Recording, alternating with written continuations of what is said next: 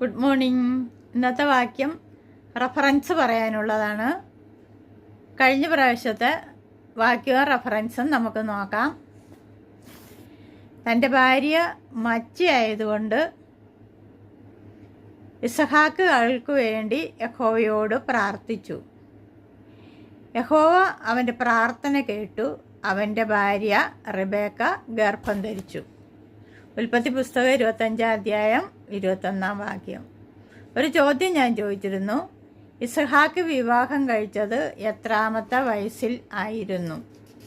ഇസഹാക്ക് വിവാഹം കഴിച്ചത് 40-ാം വയസ്സിലായിരുന്നു. ഇന്നത്തെ വാക്യം, മനുഷ്യർ കാണേണ്ടതിന് നിങ്ങളുടെ നീതിയെ അവരുടെ മുമ്പിൽ ചെയ്യാതിരിപ്പാൻ സൂക്ഷിപ്പീൻ. അല്ലാഞ്ഞാൽ സ്വർഗത്തിലുള്ള നിങ്ങളുടെ പിതാവിൻ്റെ പക്കൽ നിങ്ങൾക്ക് പ്രതിഫലം ഇല്ല. ഇതിൻ്റെ റെഫറൻസ് മെസ്സേജ് ചെയ്യണേ. പിന്നെ എൻ്റെ ചാനൽ ലൈക്ക് ചെയ്യാനും ഷെയർ ചെയ്യാനും സബ്സ്ക്രൈബ് ചെയ്യാനും മറക്കല്ലേ. അടുത്ത വീഡിയോയിൽ കാണാം. Okay, by.